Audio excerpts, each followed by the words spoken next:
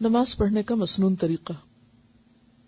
حضرت ابو ہریرہ رضی اللہ عنہ فرماتے ہیں کہ نبی صلی اللہ علیہ وسلم مسجد میں تشریف لائے، اس کے بعد ایک شخص آیا اور نماز پڑھنے لگا۔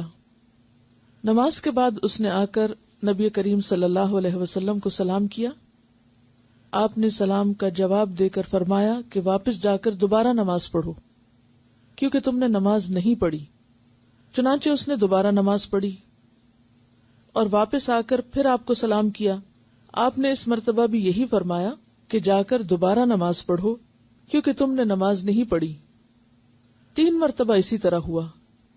آخر اس شخص نے کہا کہ اس ذات کی قسم جس نے آپ کی بعثت حق پر کی ہے، یعنی حق کے ساتھ آپ کو نبی بنا کر بھیجا ہے، میں تو اس سے اچھی نماز پڑھنا نہیں جانتا، اس لیے آپ مجھے اچھی طرح نماز کی تعلیم دے دیجئے۔ آپ صلی اللہ علیہ وسلم نے فرمایا کہ جب نماز کے لیے کھڑے ہوا کرو تو پہلے تکبیر کہو، پھر قرآن مجید میں سے جو کچھ تم سے ہو سکے آرام آرام سے پڑھو، یعنی سورۃ الفاتحہ اور اس کے بعد کی قرات کی طرف اشارہ ہے۔ اس کے بعد رکوع کرو اور اطمینان سے رکوع میں جاؤ، یعنی جلدی نہ کرو۔ اس شخص کو جو آپ نے بار بار نماز پڑھنے کے لیے کہا تھا، اس کی وجہ یہ تھی کہ وہ بہت جلدی یا تیز نماز پڑھ رہا تھا، اس کی نماز میں اطمینان نہیں تھا۔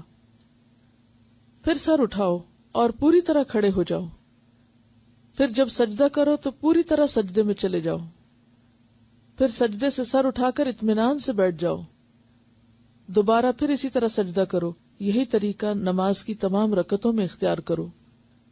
اس شخص نے قیام، رکوع اور سجود اچھی طرح ادا نہیں کیے تھے، اسی وجہ سے آپ صلی اللہ علیہ وسلم نے اسے نماز لوٹانے کا حکم فرمایا، یعنی جلدی میں پڑھی ہوئی نماز گویا نماز ہی نہیں، اس شخص نے گویا پڑھی ہی نہیں۔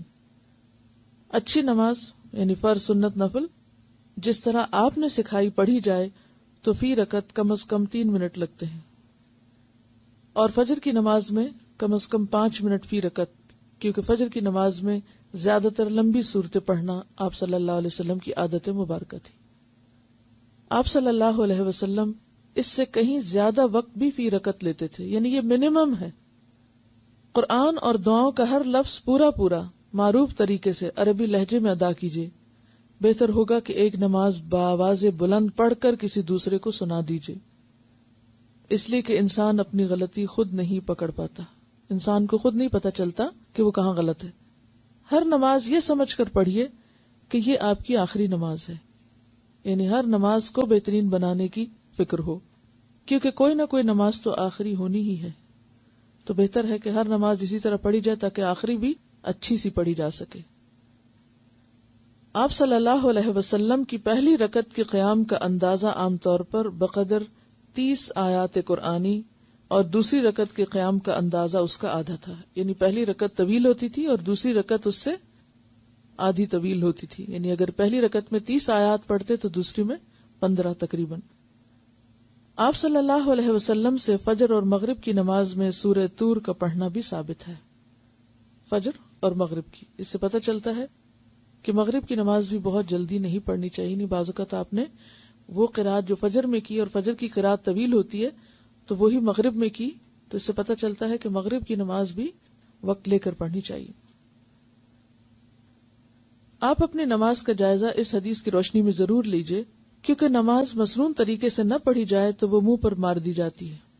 مسنون نماز پڑھنے کی تفصیل کے لیے ہماری کتاب 1000 منتخب احادیث ماخوذ از بخاری شریف نماز کا بیان پڑھیے۔ یہ انہوں نے بخاری کا ترجمہ لے کے اس میں سے ریپیٹیشن نکال کر ایک کتاب اردو میں چھاپی ہے، اچھی مفید کتاب ہے، کوئک ریفرنس کے لیے سب کے لیے وہ اچھی ہے انشاءاللہ۔ اس میں آپ دیکھیے کہ میں نے آپ سے کہا تھا کہ ویکینڈ پر آپ نماز نبوی کا ایک ٹاپک پڑھا کریں گے، تو صبح میں اگر آپ 5 سے 7 منٹ بھی اسپیئر کریں تو انشاءاللہ آپ دیکھیں گے کہ اس کا ایک حصہ جو ایک عنوان وہ سہولت کے ساتھ پڑھا جائے گا۔